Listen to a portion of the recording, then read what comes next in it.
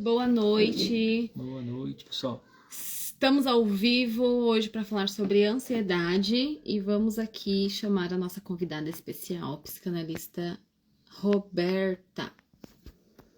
Deixa eu chamar ela aqui. E aí o convite. Aí. Agora foi. Aí. Agora deu Agora deu escuta. certo. Sim, estamos te Sim, boa ouvindo. noite. Que bom, deu certo. Essas coisas acontecem para a gente sentir na pele qual é o tema que a gente está falando hoje, né? Sim, sim. Boa noite, Roberta. Seja muito bem-vinda. É, eu já quero agradecer você por você estar aqui com a gente. Eu tenho certeza que vai ser incrível. Nós vamos aprender muito. E fica à vontade, né? Bom, o pessoal que está entrando aí, tem gente que vai entrar pelo seu perfil, tem gente que vai entrar pelo nosso perfil, né? A gente vai assistir depois também, né? Que vai assistir depois. Então, para quem não conhece a gente aí, eu sou a Mônica e você é o. Newton. E nós somos psicanalistas, hoje com a Roberta, ela também vai se apresentar. E nós vamos falar sobre ansiedade, o tema do momento, né? O tema do momento. Então, Roberto, fica à vontade, tá bom? Esse lugar aqui é seu, esse espaço é seu e vambora. Gente, muito obrigada. É uma alegria estar falando com vocês, assim, tão pertinho, tão interagindo assim rápido, porque geralmente é só por mensagem, é só uma coisa aqui e ali. Mas eu aproveito para agradecer a parceria de sempre. Vocês são incríveis, vocês são inspiradores. E queria deixar isso registrado aqui, essa gratidão e admiração pelo trabalho de vocês, pela persistência, pela qualidade, por tudo, viu? Então, para mim é uma grande honra estar aqui essa noite, viu? Obrigada mesmo. Mas quero. E me apresentar. Bom, eu sou a Roberta Bugarim.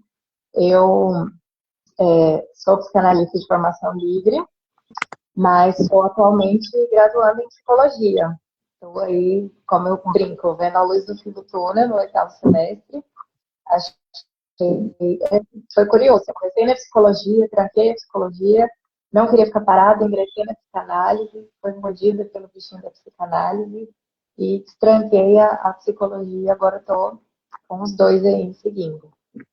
Já atuo, já atendo, sou servidora pública também, então já atendia algumas demandas pelo meu trabalho, mas não nessa visão clínica.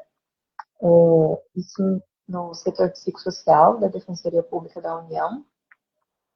E o meu atendimento é voltado mais para adultos, jovens adultos, essa faixa etária aí.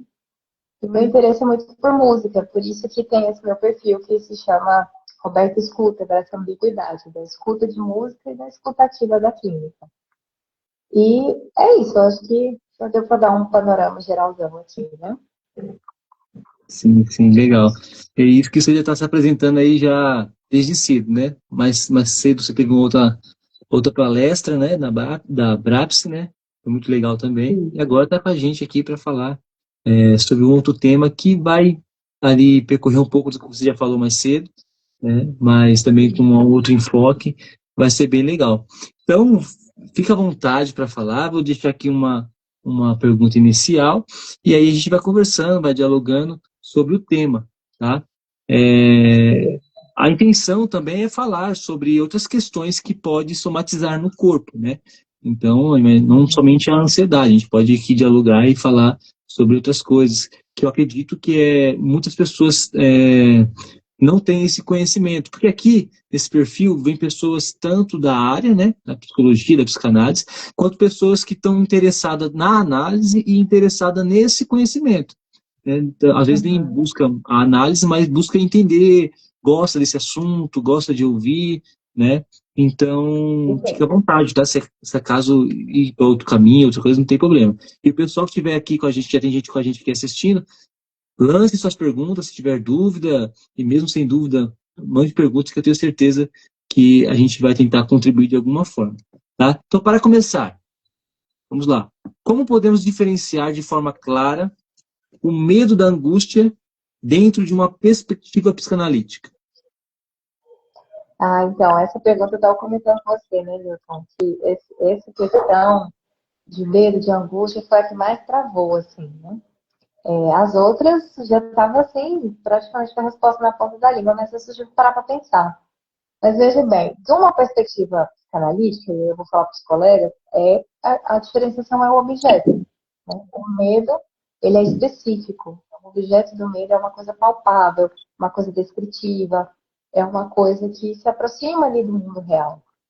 A angústia, embora ela seja uma denominação muito mais próxima ali da fenomenologia, do existencialismo, né? Ela é um objeto difuso, mais assim, esparso. Para dar um exemplo, e aí eu consigo dialogar com as outras pessoas que não são da área. Se você conseguir imaginar assim, a fobia.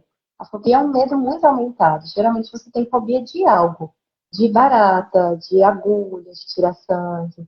Então isso é o objeto, é uma coisa assim, muito específica que você tem um medo bem, bem marcante, bem intenso, que causa uma série de reações no seu corpo ali, aquele medo, aquela coisa de paralisar, enfim, de fazer escândalo, de subir em cima da cadeira quando vai a barata, reações desproporcionais, mas todas relacionadas a esse objeto específico. Se você não entrar em contato com esse objeto, com essa barata, com esse sangue, com essa agulha, tá tudo bem, a vida que segue. Né? Agora, a angústia, no sentido de ansiedade, não. É uma coisa sem um contorno determinado. Né? Por que você está tão ansioso? Ah, eu não sei sei dizer. Então, esse não saber dizer, que é muito comum, é mais comum do que a gente imagina. Muitas das vezes as pessoas chegam na clínica falando assim, ai, eu não sei muito bem o que eu estou fazendo aqui. Eu, não, eu sinto alguma coisa, mas... E aí aquela dificuldade de não consegue nomear, às vezes é o corpo que está falando primeiro. Então, tudo isso é uma marcação de uma ansiedade, né? Dentro da perspectiva clínica, é uma coisa assim que não tem contorno delineado mesmo. É característica essa coisa tão aberta, de o corpo falar primeiro, de esse mal-estar, de essa angústia, né? Se a gente for para a questão fenomenológica, existencialista, que eu gosto muito, eu não vou mentir, tem muito. A angústia ela é estruturante. Então, a angústia é a única emoção que pertence ao ser humano. Então, por a gente não ser animal, justamente a gente conseguir pensar, a gente pensa muito, e é disso que vem a angústia, de pensar demais. Isso quer dizer, Roberto, que se eu sou uma pessoa que costuma agir, eu não tenho ansiedade? Não, de jeito nenhum. Não, não é isso que eu estou querendo dizer. Estou querendo dizer que a ansiedade ela é estruturante. Né? Para pessoas para os filósofos que pensaram a angústia, ela é estruturante, ela perpassa toda a nossa vida. Então, em algum momento da vida, você vai sentir angústia. Né? O que não dá é para essa angústia paralisar a sua vida. O que não dá é para todo dia você estar cansado, com a boca seca, sentindo tremor, sentindo desconforto físico, se sentindo ansioso. Então, isso aqui não é o legal. Acho que é por aí. É bem interessante essa questão da angústia, que ela pode ser comparada, assim, numa outra situação em que você não sabe nomear, né, com uma falta, né, que a gente fala da falta, né. Então, às vezes é importante a gente não ter, mas entender que isso faz parte da nossa vida, né? Faz parte do ser humano, sentir a angústia, sentir essa falta aí.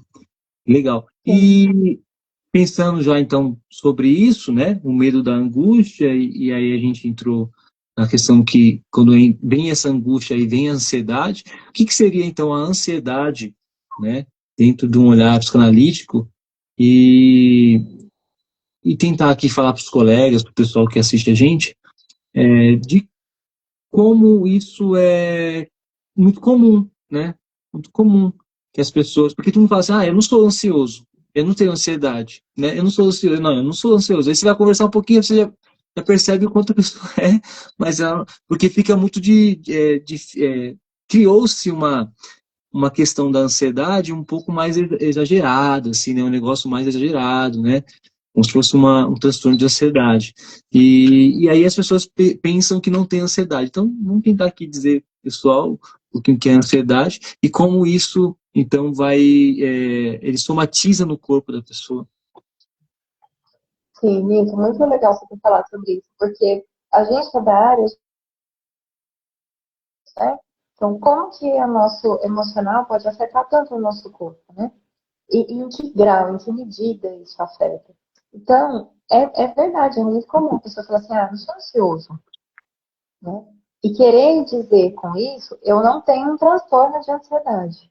Eu não sou tão ansioso quanto aquele lá que está grave, tomando remédio, que a vida dele desandou mesmo. Não é mais um ser humano funcional, que é o que a gente chama, né? Mas a ansiedade, ela tem vários graus, né? Para chegar num transtorno de ansiedade, seja ele qual for, ansiedade específica, ansiedade generalizada, pânico, daí vai, porque são todos ali no capítulo da ansiedade, você tem que estar numa situação assim, muito extrema. É como se fosse assim, já o fim da linha, né? Dali só vai piorando. Tá? Mas tem um percurso, né? Não linear, não necessariamente é linear. Isso acontece subjetivamente para cada um. Mas veja que a ansiedade, todo ser humano ele vai experimentar, né, essa ansiedade. Em que medida? A ansiedade, ela é algo natural. Ela é algo muito importante para nós, seres humanos.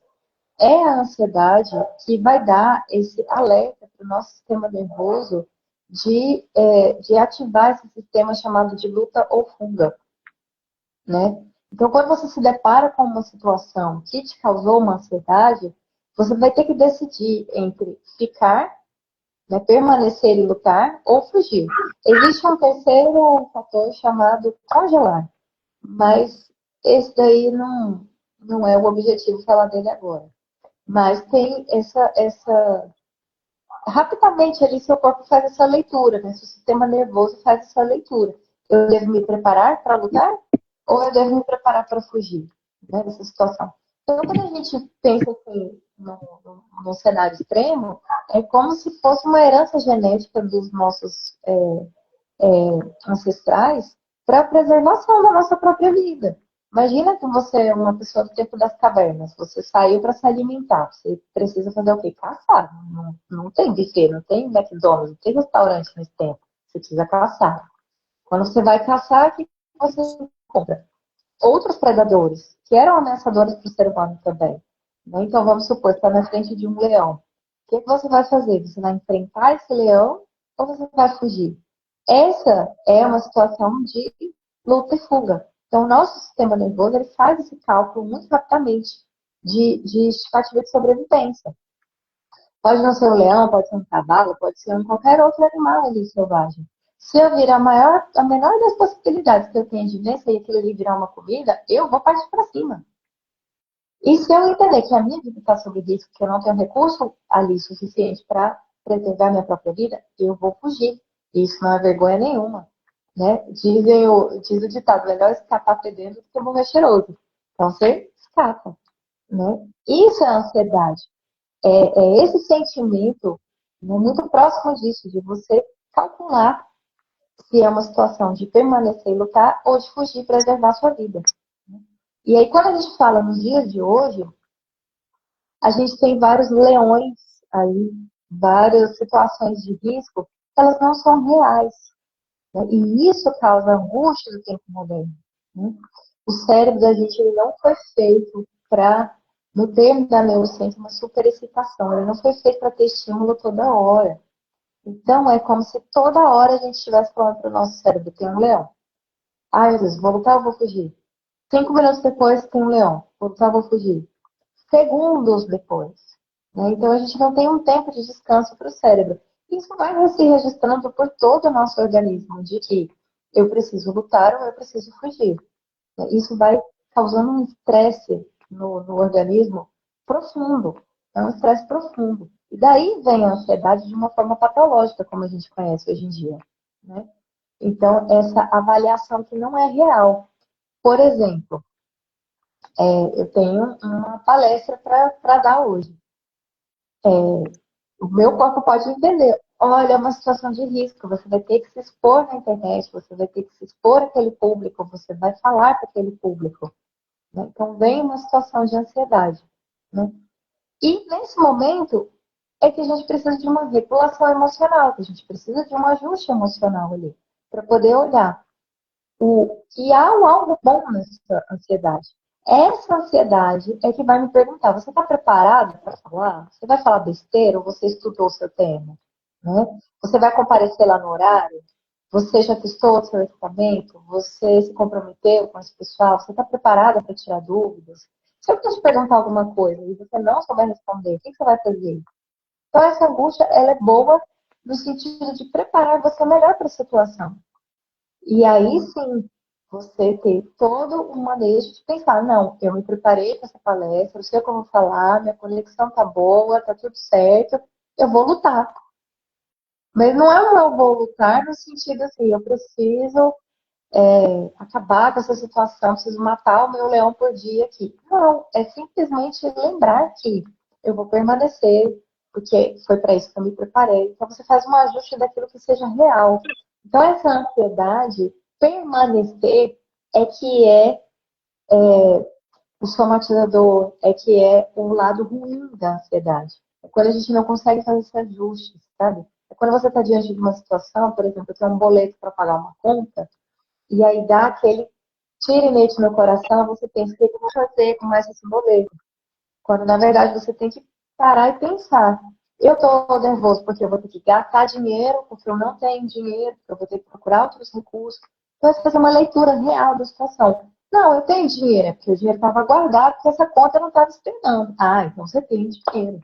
Não vai passar fome. Não, eu não tenho dinheiro, eu preciso conseguir o dinheiro. Beleza, o que você vai fazer? Você vai lutar, vai fugir? Então, é esse ajuste. A ansiedade, ela vem como um calibrador. Mas a gente tem tantos estímulos na nossa sociedade atual que a gente não consegue mais fazer esse ajuste, a gente não consegue mais calibrar. Então, todo o tempo, a gente está sendo super estimulado, super confrontado com esse leão. E às vezes é um leão imaginário. E também, aí pode entrar também outras questões, né? Porque como é que essa pessoa que está diante, por exemplo, dessa conta que vai vencer, né? E ela não sabe se ela tem o dinheiro para pagar ou se ela tem o dinheiro para pagar, mas ela não está com internet no celular, alguma coisa nesse sentido. Vai também entrar outras questões como na infância, como que ela lidou, né? Com os pais ali em questão desse comprometimento com as coisas, com as dívidas, com a apresentação na escola, com as notas da escola. Então, todo esse movimento vai interferir quando ela chega numa fase adulta, que ela tem que lidar com esses leões, né? E aí ela vai agir conforme também aquilo que ela aprendeu, né? Aquilo que ela vivenciou na sua infância e que agora, nessa fase adulta, onde ela precisa lidar com os leões, cada um vai lidar de uma forma diferente, né? Outros vão falar assim, deixa eu vencer, depois eu pago lá 2,43 de multa, ou eu pago R$ 5 de multa e tá tudo certo, não tem problema não, depois eu trabalho que eu pego mais dinheiro, tá tudo certo. E outros vão falar, não, 2,43, R$ 5, meu Deus, é muita coisa, e isso vai faltar lá na frente, e isso vai faltar aqui. Então gera todo esse movimento, né? E aí as pessoas não percebem que isso também é uma ansiedade, né? Não percebem que isso é um movimento da ansiedade, né? E aí pessoas somatizam de formas diferentes também, né? Igual você falou. Pode ser que pessoas paralisem, ou seja, a pessoa não consegue, não sabe mais o que fazer, prefere não aparecer, se esconde atrás. Eu gosto de contar uma situação minha, que é lidar por exemplo, se eu tiver. Eu trabalhava no restaurante, né, quando eu era mais novo. E aí, quando enchia muito o restaurante assim, e atrasava os pratos, então eu tinha dificuldade de ficar ali na frente. Aí o que eu fazia? Eu me escondia até normalizar o movimento. Quando normalizava tudo, que eu não tinha que dar satisfação para o cliente de que, poxa, atrasou seu prato, atrasou isso, porque não sei o quê. Como aconteceu, eu não tinha essa cara e coragem de chegar lá e ficar de boa ali, eu me escondia. Quando normalizava, eu falava, e aí, pessoal, deu tudo certo? Tudo certo? Não, agora pode. Aí eu aparecia de novo, como se nada tivesse acontecido. Vida que segue. Isso. Mas Então, isso é uma situação muito comum mesmo. Faltou esse repertório emocional, como a gente chama, né? Cada um vai dar seu nome, mas falta esse repertório emocional. É por isso que eu sempre falo, para todos que eu conheço, mas principalmente pelos meus pacientes, O mais legal da vida é viver. Se você não viver, você não vai ter material para dentro do consultório. Então, é muito interessante. A Bia mudando nos comentários, vai em desespero. Isso é vida. Faz parte da vida. E aí a gente vai tentar manejar isso de uma forma que não venha travar a sua vida. Né? Todo mundo, e é spoiler, até os psicanalistas têm uma vida. A gente também tem isso. Então, o Newton pode falar isso desse Por passado, incrível que pareça, a pode gente ter. tem vida, né? A gente E tem, nós tem também temos as medo, nossas ansiedades, né? com toda certeza, com toda certeza. A gente tem esse lado também. Mas é como eu sempre digo, o bom é viver. Se a gente não tiver isso na vida, o que a gente vai levar para o consultório? O que a gente vai melhorar? Né? Então sempre tem alguma coisa para a gente estar elaborando, para a gente estar trabalhando, para estar melhorando, para estar vivendo. Não é exatamente sobre um ponto de chegada, sabe? É muito mais sobre esses processos de se transformar, muito mais como os ciclos da natureza mesmo, sabe? Que passa o ano inteiro com as 4 estações do ano, mas cada passar por estação é uma estação diferente da anterior, sabe? E muitas das vezes, Milton, às vezes a coisa está lá na semente, para pegar essa metáfora que eu falei aqui. É como você bem lembrou, às vezes tem raízes ali da infância. Tem mesmo, você bem lembrou isso. Se foi uma criança que teve que ser exposta à falta muito cedo, que foi um problema de grana para os pais, né? Ou não, se foi uma criança que teve tudo na vida e não fez falta, não tem a noção de responsabilidade que a gente tem, né? Então isso faz muita diferença, fica ali gravado no nosso psíquico por um tempo, né? E aí, à medida que a gente vai vivendo, e muito em terapia, mas às vezes, do jeito que você conseguir, você vai ajustando esse olhar, essa angústia, essa ansiedade, né? Isso vai se ajustando. Mas não dá para esquecer que a gente precisa debater esse tema, porque sozinho é muito difícil. Porque o mundo de hoje, ele proporciona muitos estímulos e, portanto, uma leitura muito errada da situação. E aí a gente fica com essa sobrecarga emocional, sem repertório emocional para lidar. E aí, às vezes, a juventude também fala isso, né? Então, por exemplo, estava contando que estava trabalhando mais novo ali no restaurante. Jovem, com que repertório? Você chega na frente do cliente e fala, não, seu prato atrasou. Sabendo que a culpa não foi sua. Você não teve interferência nenhuma naquela cadeia de produção ali. Mas você é a pessoa que vai ter que chegar e levar uma resposta, que muitas vezes pode nem ser uma pronta. Pode ser um simples avisar, vai atrasar ou atrasou. E às vezes o cliente entende, não, tá tudo bem. Mas a simples hipótese ou pensamento de se colocar à exposição, qual é o manejo que você teve ali? Qual o recurso que você teve? Opa, vou preservar, vou me esconder. Vou lutar ou vou fugir? Vou fugir. Isso é uma preservação da vida. Isso é uma preservação da sua energia psíquica, do seu emocional. Não tem emocional para lidar lá com o cliente. Eu tenho emocional para fugir. E pode parecer, assim, surreal, mas tem gente que tem muito mais energia para ir lá e debater. Não, eu vou lá debater, se o cliente falar, eu vou barracar. Tem pessoas que naturalmente são mais assim, né? Gostam de expor de argumentar, enfim. E não tem essa questão. E que também tem as suas ansiedades, e que também estão precisando de fazer essa angústia, sabe? Então é incrível. E sobre essa coisa da somatização, além de ter, né, essa questão da infância, assim, muito forte, realmente é o corpo, na atualidade, que paga o preço de um emocional desestruturado. Acho que isso é inegável. O exemplo que eu começo dando, ele é uma carga genética primitiva. A gente está falando de milhões e milhões e milhões de anos atrás. Né? Permitiu a gente evoluir hoje. E para frente, né? E o nosso compromisso com as gerações futuras? Qual é o DNA que está passando para frente? É de uma pessoa estressada, de uma pessoa ansiosa, de uma pessoa angustiada? Porque não se engane, a gente pode não ter comprovação etiológica de que um certo transtorno está numa carga de DNA. A gente tem indícios. A gente não tem como provar qual é o gene que causa a ansiedade. Mas existe sim um fator, além do ambiental, que é o fator genético, para poder dialogar com esses transtornos, sabe? Então, a gente é responsável por isso também, bem viver, e se você pretende passar seus genes para frente, nós estamos da melhor qualidade. Então, essa regulação emocional, ela diz diretamente da nossa qualidade de vida genética também, né?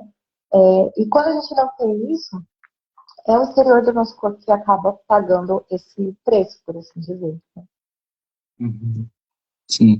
E legal. E hoje eu mudei bastante, hein? Hoje agora quer dizer, eu mudei bastante, mas não da maneira que eu queria ainda, né?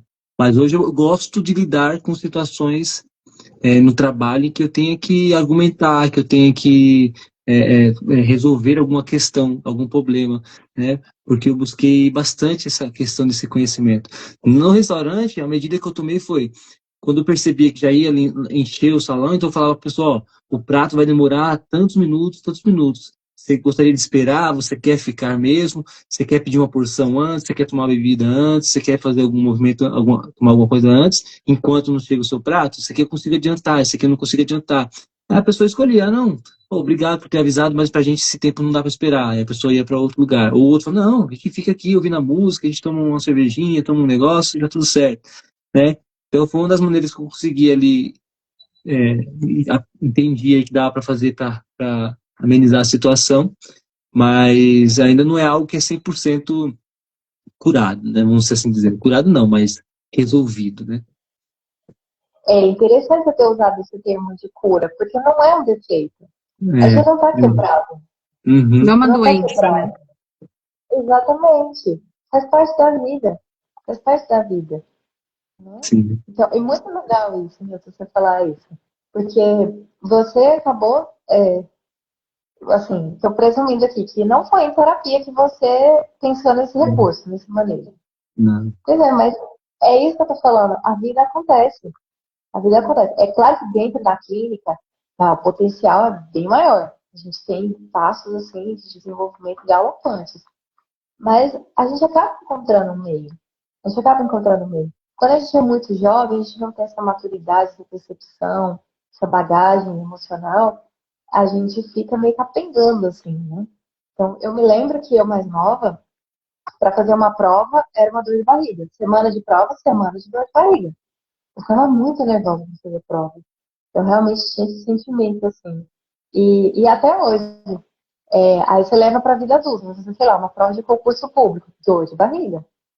Não, até hoje, até hoje. Aí até trabalhar, aquela emoção, é só uma prova, não vai definir sua vida. Você vai lutar ou vai fugir. Tudo isso acontece. Então, esse tempo de maturação também é muito importante, sabe? E no seu caso, eu vejo que foi uma maturação muito bonita para o seu crescimento no próprio trabalho, como no trabalho como pessoa. Né? Assim, que incrível. Você não somatizou, não ficou cheio de bolhas pelo corpo, ficou dando tremelique, dá um ataque cardíaco, dá uma dor de barriga na hora de atender o cliente. Então, isso é muito incrível, é muito legal. Sim. E pensando nisso daí, a gente acabou até respondendo uma das perguntas aqui, né? Que era, quando dizemos que a ansiedade é o corpo falando, não, a outra pergunta que era, na clínica a ansiedade aparece mais como algo a ser eliminado ou algo como ser compreendido, né? E foi o que você falou. Não é uma doença, não é algo, é da pessoa, é da vida, isso acontece, né? Mas você falou aí no finalzinho, acho que a gente poderia falar essa questão de que algumas pessoas não somatizam no corpo porque conseguiam ali uma regulação, algum meio de resolver ou amenizar aquela questão, mas vamos tentar falar algumas coisas que somatiza para as pessoas entender que às vezes o que ela está passando é de fato algo que foi somatizado. Por exemplo, eu conheço uma pessoa que por não ter essa questão da fala, com quem falar, com quem conversar, com quem se expressar, com quem desabafar, com quem explodir, com quem, né, ou um lugar onde que ela possa deslocar isso, acabou somatizando no corpo, em questão de ter manchas, né? Manchas como que é? Vitiligo. Vitiligo, né?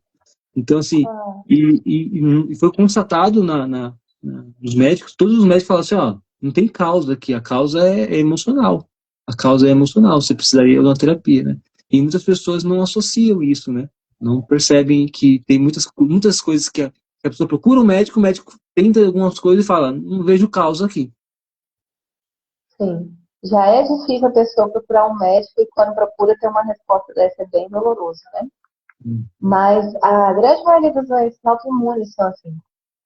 Elas têm têm uma expressão biológica, fisiológica, mas elas são muito relacionadas à estruturação e à questão emocional como um todo. Então, assim, além das doenças autoimunes, que elas têm essa influência, e aí eu cito também a fibromialgia, né? Quem tem fibromialgia tem uma origem orgânica, mas ela se relaciona demais com o fundo emocional. Quando você tem crise emocionais, você tem uma perturbação no seu lado emocional, são dores realmente assim, lancinantes, é uma dor crônica mesmo.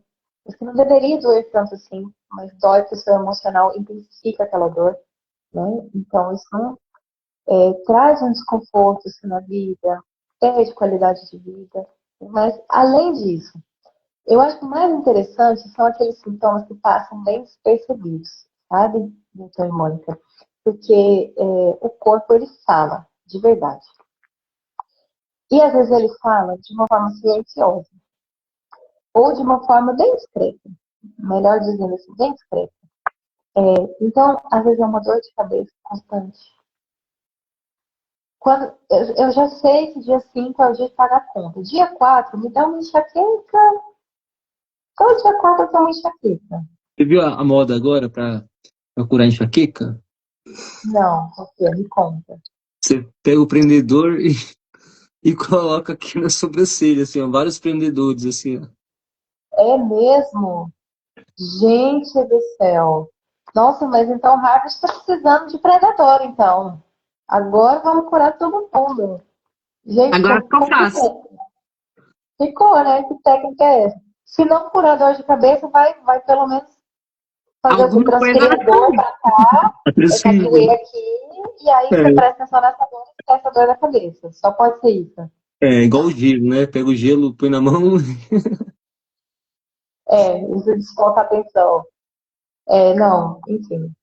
Bom, mas sintomas somáticos bem clássicos são a dor de cabeça, dor no ombro, aquela sensação assim, de peso nos ombros, dor no pescoço, dor nas costas. Gente, dor nas costas. Dor de garganta. Dor de garganta. Toda essa região aqui, dor de ouvido, nariz e garganta. Ah, eu não posso. Virou tempo. Sou sensível ao tempo. Virou tempo e eu tô toda inflamada. Será que é só o tempo mesmo? Será que é só uma inflamação? Aí você vai lá para a fila do otorrino, se enche de medicamentos, de corticoide, tem uma série de implicações também orgânicas. Mas você está escutando o seu corpo? E eu me lembro muito disso, assim, de uma paciente que foi bem icônico, assim. Ela teve uma inflamação de ouvido e eu perguntei para ela, o que, é que você não quer ouvir? E ela disse, como assim? Eu não tô ouvindo nada, porque tá tudo entupido, não tô ouvindo nada. Eu falei, sim, algo aconteceu que você não quer ouvir. O que, que você não quer ouvir? E ela foi embora da sessão, assim, tá, vou pensar, tá? Vou pensar que eu não tô ouvindo perfeitamente bem no outro ouvido, nesse aqui não. E é isso que ela contou, que teve uma briga muito feia com um familiar, que falou coisas pra ela que ela não gostou. E aquilo ali, ela Uhum. desenvolveu um processo inflamatório. Então, somatizou, e é engraçado, como diria Freud, num órgão que ele representa emocionalmente aquilo que não pode ser dito por palavras. Né? Então, às vezes, é o emocional que sente primeiro. Né? Então, o que mais que a gente estava falando do corpo? Essas dores, assim, bem inocentes, assim, que você tem que prestar atenção se não é o corpo falando. Outro que, assim, é o sistema inteiro, o sistema digestório inteiro. Estômago, intestino, dor de barriga. Aliás, eu acho que a nossa barriga, ela tem toda um background cultural, assim, para poder a gente afirmar que realmente é o segundo coração da gente, ou o segundo cérebro, que também tem quem diga. Então, você pensa, frio na barriga, expressa uma emoção.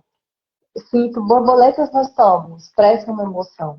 Então, é tudo Uhum. ligado ao seu sistema gastrointestinal que realmente ele diz diretamente das emoções. E boa parte das emoções a gente processa ali mesmo.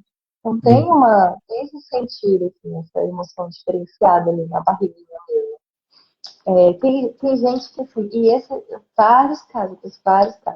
A pessoa, se ela tem um determinado aborrecimento, o intestino solta. Se ela tem outro determinado aborrecimento, prende. Ela não consegue manter um ritmo ali de movimentos peristálticos em paz. Ela realmente está sempre afetada pelas emoções. Que mais? Acho que é isso. A gente lembra muito das histéricas de Freud também, né? Essas dores, Sim, sim. Quem não conhece aí, o pessoal que não conhece, né, se procurar aí sobre o início da psicanálise, é justamente com as mulheres, com a questão histérica, né, com essas pessoas que tinham esse problema que somatizava no corpo, né, e aí Freud vai entendendo por que o corpo estava reagindo daquela forma, e aí é um dos caminhos que vai surgindo aí a psicanálise, né. Isso. Para variar, seja com mulheres, né? Não desmerecendo isso, mas assim, as mulheres é que tomaram a frente aí. Sim. Que foram primeiro o grande objeto de estudo. Muito embora os pesquisadores da época fossem todos homens, porque, claro, o conhecimento era dado a eles, mas o que chamou a atenção de Freud, de Charcot, né, que trabalhava com a hipnose na época, era era muito incrível. A perna da pessoa estava certinha, estava o osso no lugar, o músculo funcionando, e ela não conseguia andar. Aí você hipnotizava a mulher, ela saía andando. Como é que é isso? E aí deu-se início a esse estudo do inconsciente belíssimo, que chegamos hoje, né? E você falou da questão do corpo, né? As dores. Quem vai em massagista ou quiropraxia, né? É comum eles dizerem assim, ó. Eles mexem numa parte aqui e falam assim: você tá com um problema no familiar? Aí mexe tá com muito problema no trabalho? Como é que tá o trabalho lá? Porque eles dizem que cada lado representa um lugar. E aí ele mexe aqui e fala assim: tá com um trabalho lá, né? Muito estresse no trabalho, né? Mas como é que você sabe? Não, porque quando tem esse lado que está assim tensionado demais é porque o trabalho está muito estressante, muito trabalho, muita coisa. Então, ou seja, para você ver como até nessa parte aí da quiropraxia eles entendem que o corpo realmente somatiza, né? Como que é a parte lá dos pés? A reflexologia Reflexologia. também. E é uma técnica milenar, né? Então, cada pontinho do pé ali corresponde a uma parte do corpo. E aí, pegou bem no meio, então você tá com problema ali no intestino. Aí cada pontinho lá, os olhos, os ouvidos, tudo, né? Toda a parte do... Tem várias, né?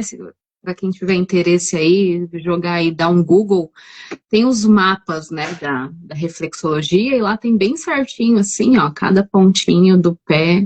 E é tanto que a massagem no pé, a massagem corporal é muito boa, mas a massagem no pé, ela também reflete no corpo inteiro, né? Então, assim, é uma coisa bem interessante mesmo pra gente olhar, né? Porque mexer um pouquinho ali, muitas pessoas já sentem que o corpo relaxou, fica mais leve, se sente muito melhor, só porque mexeu em um...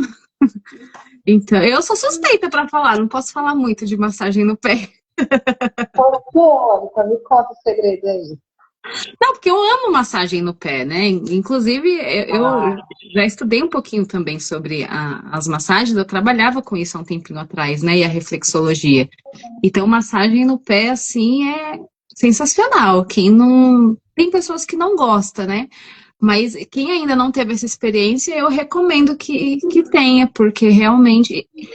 nós somos psicanalistas e fazemos esse trabalho com a saúde mental, e claro que o corpo fala com a gente o tempo inteiro, isso é fato, mas a gente também precisa cuidar do corpo, né? Então, é um conjunto. Inclusive, um dos pontos aí para a gente poder fazer essa live agora esse mês é porque agora em abril teve o dia lá da Mundial da Saúde, né? Verdade. Então, muitas clínicas fizeram várias campanhas para as pessoas fazerem exames, refazerem exames, fazer aquele check-up.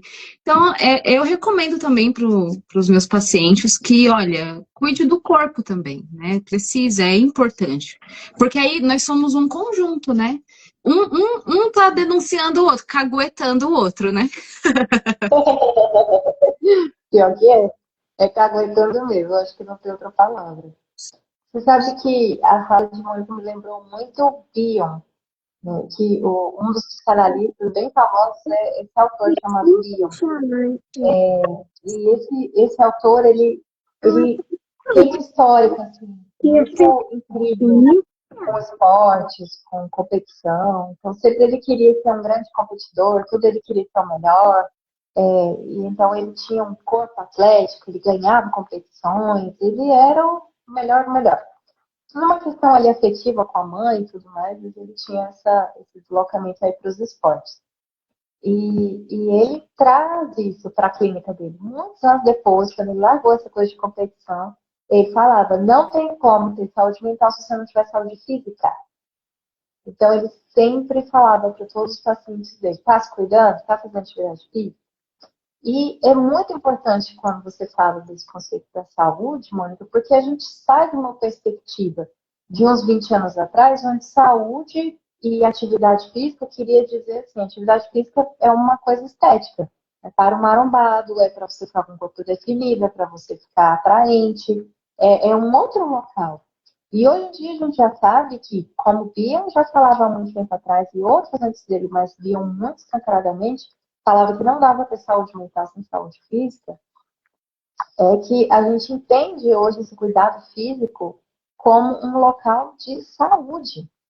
E todas as implicações, né? Saúde física, saúde mental, uma coisa está muito ligada à outra. Quando eu estava falando da reflexologia e o Milton da quiropraxia, estava me lembrando, todas essas devem ter raízes ali na medicina chinesa, né? Na medicina oriental, que entende que o corpo é totalmente ligado. Então, para eles não tem essa distinção. É engraçado que a gente vem de uma perspectiva muito eurocentrizada ou americanizada, a gente vem de uma perspectiva bem do Oriente aqui, principalmente Europa e América do Norte. E para nós é algo muito novo, essa integração entre corpo e mente. A galera da China oriental já está nisso há muito tempo. Então, para eles é muito natural selecionar melhor os alimentos que eles vão comer, ter horário para dormir, ter horário para levantar, praticar atividade física. Para eles é algo natural. A longevidade lá atinge picos assim que a gente está começando a atingir agora. E para eles já era algo assim, milenar. Então, conhece-te a ti mesmo, envolve o corpo físico e envolve as suas emoções também. Então, quando você fala isso de cuidar de saúde, realmente estamos aqui levantando a bandeira da saúde, do se cuidar. E a ansiedade passa por isso. Né? Porque um dos motivos mais, assim, acho que campeão no transtorno de ansiedade generalizado é pensar, embora o termo seja generalizado, não tem um objeto específico, não tem uma preocupação específica, mas quanto tempo de vida eu tenho? As pessoas se preocupam excessivamente com o futuro, né? Como é que vai ser daqui a 2 semanas, como vai ser daqui a 3 meses, como vai ser daqui a 4 anos, e por aí vai, pensa excessivamente no futuro. E esse cuidado não está no presente. Como é que você vai garantir um futuro se você não se cuida no presente? Mas é uma temática que envolve mesmo a ansiedade, que é pensar nesse futuro. E muitas das vezes a saúde é o olhar para o agora, é o fazer no agora. Né? É ganhar uma massagem nos pés no agora. Exatamente, exato, vale muito a pena. E aí, 2 pontinhos rapidinho, que nós já estamos caminhando para o final, né? Que a hora passa, ó. Você falou de tempo aí. Tem várias pesquisas, vários estudos falando sobre a importância da atividade física conectada com a saúde mental, né, que faz muita diferença. E você, sendo psicóloga, pode até explicar melhor aqui pra gente, é muito falado da dança, né? A dança como algo muito assim, porque trabalha o corpo, é uma atividade física também, porque assim, quando a gente fala atividade física, dá para fazer tanta coisa, a pessoa não precisa ficar ligada ali, ai, tá bom, vou ir para academia. Mas dá para fazer tanta coisa, não importa qual é, né, a atividade física. E a dança, tem muitos estudos falando sobre o quanto ajuda, né, na questão da saúde mental também, né? E aí você falando, eu me lembrei disso. Sim, só fazendo uma complementação, existe uma abordagem específica chamada biodança.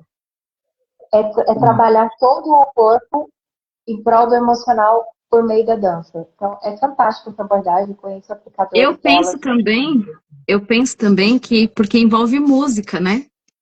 Ah, sim. Porque daí a música alcança alguns lugares que ninguém consegue alcançar, né?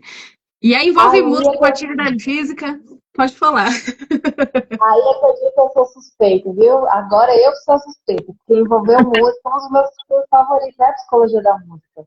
Então, realmente, o estímulo auditivo, ele faz toda a diferença para o cérebro humano, para as nossas emoções, faz, É, e aí faz eu penso diferença. que realmente, porque daí envolve música, envolve atividade física, e aí você trabalha, faz um trabalho muito bom ali no corpo e mente, né? Porque daí você conecta várias coisas, né? E quer complementar, Fê? Então, eu queria saber se você já leu esse livro aqui já, então. Eita, tá virado, não consigo. Ah, o quê? Alucinações. Alucinações musicais. Relatos sobre a música e o cérebro. Que legal, esse eu não conheço, não. É o Oliver Sacks. Já ouvi citações dele. É um inglês, né? Isso. É, ele Já tem fica a muita dica aí. pesquisa. Ó, maravilhoso. Eu conheço algumas pesquisas do Sacks. Ele está relacionando alguns construtos de personalidade com música. Muito legal, pode deixar que eu vou atrás. Qualquer coisa eu bato aí na sua casa, me empresta. E um outro pontinho aqui que eu lembrei também, também em cima das pesquisas aí, os acompanhamentos que a gente faz, que essa questão do transtorno mesmo, né, da ansiedade, está sendo muito comum em jovens, né? Adolescentes, jovens, enfim. E aí, a gente falando sobre atividade física, o que está acontecendo hoje? Muito telas, né? E aí, cadê esses jovens indo para atividade física? Cadê os adolescentes, as crianças fazendo algum esporte, focado mais, né, no brincar, né, no gastar energia? E aí, quando você vai encaixando as pecinhas, né, do quebra-cabeça, aí você fala aqui, ó, tá vendo? Então vamos cuidar do corpo, vamos cuidar da mente, né? Porque daí a gente vê justamente numa faixa etária que usa muito mais as telas do que a nossa geração, vamos dizer assim, e com muito mais problema de transtorno de ansiedade, né? Com transtorno de ansiedade. Sim. Se relaciona muito com o que eu disse lá no início da live, né? De que é uma falta de ajuste. Você olha para a situação e você não sabe, você acha que suas únicas opções são lutar ou fugir. Quando, na verdade, você precisa de um repertório, de uma regulação emocional para reagir diante daquela situação. Mas mais que isso, também traga um dado importante. É de assustar, assim. Porque a fase da vida onde a gente tem o maior crescimento do cérebro é na infância. Já foi comprovado cientificamente que o cérebro nunca mais na vida vai crescer como ele cresce dos 0 aos 3 anos. Então, dos 0 aos 3 anos é o maior crescimento que o cérebro tem, justamente para você ter chance de sobreviver. Então, para o bebê ter chance de sobreviver no mundo, o cérebro é que trabalha incessantemente dos 0 aos 3. Ele mantém uma velocidade assim, acelerada, mais ou menos ali até a pré-adolescência, e quando entra na adolescência, o cérebro decai a sua atividade. Então, é muito comum para o adolescente essa apatia, essa letargia, esse não quero, não vou, não estou com vontade, não me anima. Realmente tem uma razão fisiológica para isso acontecer. E justamente por isso que a gente precisa estar ali cuidando para não deixar a peteca cair. Aliás, tem não, se afundar no subsolo da terra, né? Porque eu acho que a essa altura do campeonato a coisa já está bem pior do que a gente poderia imaginar. eu tenho certeza que quando as pessoas que projetaram telas e tudo, não pensaram que ia chegar nessa proporção que tomou. Mas realmente ficou algo assim fora de controle, muita tela, muito estímulo, né? O cérebro ele não foi feito para ter tanto estímulo. E quando ele é hiperestimulado, ele acha que está em conflito, né? Como se você estivesse numa zona de guerra. Não tem outra emoção a não ser angústia, ansiedade, transtorno. Realmente é isso mesmo. Certo, agora a gente está no fim mesmo, faltam poucos minutos, Que pena. mas dá para continuar aqui um bom tempo, né? Mas eu queria finalizar aqui, a gente pensando numa situação, tá? Que a ansiedade é algo e ela vai somatizar no corpo de alguma forma, né? Por exemplo, pessoas que acabam indo para bebida ou comendo demais, né? E outras coisas, né? Drogas e tudo mais. Um meio de aliviar, amenizar esse movimento que ela não sabe dizer, não entende, né? E aí eu queria que a gente falasse da importância mesmo da busca da terapia, da análise, e para olhar para essa ansiedade, para olhar para esse ato que foi somatizado, ou para aquilo que foi somatizado no seu corpo, ou aquilo que você faz por causa da ansiedade, olhar para isso e a importância da análise, porque na análise a gente vai não olhar para a ansiedade somente como algo que precisa escolher um caminho para resolver, mas entender a raiz disso, né? Entender de onde que vem isso, né? Tem vários exemplos que a gente poderia dar, pessoas que, por exemplo, recebem uma promoção no trabalho, a pessoa fica desesperada, não, não, não, mas eu não sei. E quando você vai ver a raiz disso, é porque ela não suporta a ideia de ter que ultrapassar os pais, por exemplo, né? Os pais não chegaram a um nível maior financeiramente e ela não pode ultrapassar porque então essa situação de ganhar uma promoção já gera uma ansiedade, um transtorno, a pessoa fica transtornada, não, o que eu vou fazer? Então, vamos falar rapidamente aqui da importância da análise, da terapia, olhando para a ansiedade com um outro olhar, né? Sim, muito importante, principalmente em dois cenários. O cenário onde você já tem essas compensações nos atos, como você falou, além da expressão somática, além dessas dores, você tem atos, você tem até performance.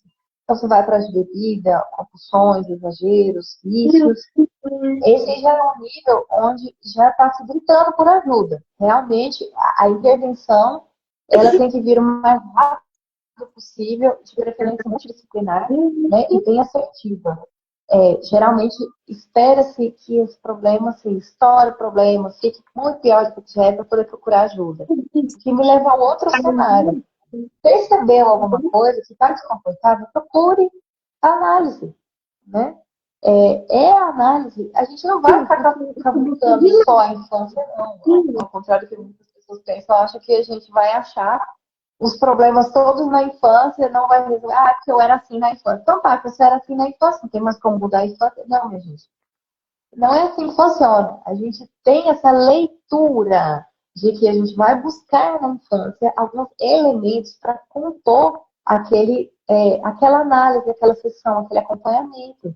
Então, é muito importante a gente ter esses elementos da infância, mas eles não são suficientes por si só. Então, sentiu algum desconforto, sentiu que não está legal, procure análise, procure uma terapia, procure, antes que isso se agrave, antes que você entre num sofrimento psíquico, num sofrimento emocional maior. Né? Porque é uma questão da gente ampliar nosso repertório, nossa bagagem emocional, nosso repertório emocional. E isso a gente só faz com ajuda. A gente pode fazer sozinho? Pode, mas é muito mais difícil, aos trancos e barrancos e não tem muita qualidade. Não tem. Geralmente é uma situação pontual. Como foi que Newton contou, por exemplo? Ele deve ter alguma ali, como ele falou, ele tem muitas questões para resolver. Mas quando ele contou pontualmente ali do restaurante, o chegar para uma outra pessoa para confrontá-la, foi só naquele ambiente ali de trabalho para poder lidar com a situação de levar os pratos. Quem sabe se ele já não levou isso para outras instâncias, né? Então, e a mesma coisa eu. Será que essa questão de fazer provas Né? Será que é só aquilo ali? Será que eu já não levei para outras instâncias também? Então, sempre a gente está em análise, sempre a gente está procurando essa reforma ser melhor. E o que eu deixo de alerta é, ao menor sinal, você perceba que está angustiado, que está desconfortável, que você acha que pode ser qualquer tipo de ansiedade, você não sabe nomear. Achou que é ansiedade? Procure ajuda. Procure ajuda antes de que a coisa fique muito pior, e aí a gente precisa de uma intervenção multidisciplinar, muito mais demorada, um tratamento muito mais custoso. Peça ajuda por agora, porque importa e vale a pena. Exatamente, é isso mesmo. Bom, pessoal, finalizamos aqui o nosso tempo, né? Foi muito bom, Roberta, aí o assunto, o tema. Espero que, eu sei que 1 hora é pouco para falar de um assunto desse, né? A gente tenta aqui reduzir, falar o que é mais importante, o que é legal, mas eu acredito que deu para o pessoal aí entender, compreender, né? Para quem segue a gente aí, mas ainda não participa, a gente tem um grupo no WhatsApp, para um grupo como que é mesmo o nome? Comunidade, né? Onde a gente ali faz alguns encontros, né? Para pessoas que não são da área, né? Não é da área da psicologia, nem da psicanálise, mas pessoas que querem entender, compreender, uma roda de conversa ali. Então, o pessoal que quiser participar, entre em contato com a gente. Para você que procura análise, quer procurar análise, né? Ou precisa trocar de terapeuta, que isso acontece também. Temos aqui a Roberta, né, que atende também, temos nós aqui. Então, entre em contato com a gente, entre em contato com ela. Quem não segue ela agora. Quem não segue a gente agora. Tá? Para você que está vendo depois ou para você que está vendo agora, já segue a gente, porque todo mês a gente tenta trazer um especialista aqui para trazer algum assunto, algum tema que a gente acha que é relevante aí para a sociedade. Então, mais uma vez, muito obrigado. Nos desculpa qualquer coisa. Foi um prazer enorme estar com você aqui, tá bom? Muito obrigada, Roberta. Obrigada, gente. Eu reitero, vocês são incríveis, estou falando do trabalho de vocês. Entrem na comunidade, pessoal, é muito legal. É uma discussão lá bem, bem acolhedora, não precisa ficar com vergonha, não precisa ter um motivo muito maior do que a curiosidade. É para se integrar, é para se melhorar como ser humano, é para debater esses temas que fazem a gente melhor, se agreguem, se cerquem de coisas boas. E essa comunidade, esse perfil, essa galera está falando de coisa do bem, de coisa boa para a gente se melhorar. Então vamos correr atrás disso daí, e não daqueles estímulos sem fim, não daquele leão lá que eu falei no início da live. Mais uma vez, muito obrigada, pessoal. Vocês são incríveis. Muito obrigada mesmo. Obrigada a todos que estão assistindo também. É isso aí, vamos tirar foto, né? Vamos tirar um print. Tirar um print aqui, calma aí. Sorriso aí. Aqui? Não, é os dois lá. Os dois aqui, né? Não, aqui não desliga, calma aí. Calma aí. Acho que deu ruim, calma aí. Não, pegou. Pegou. Gente, boa noite para todo mundo. Um beijo, Roberta. Até a próxima. Obrigada. Boa noite. Valeu.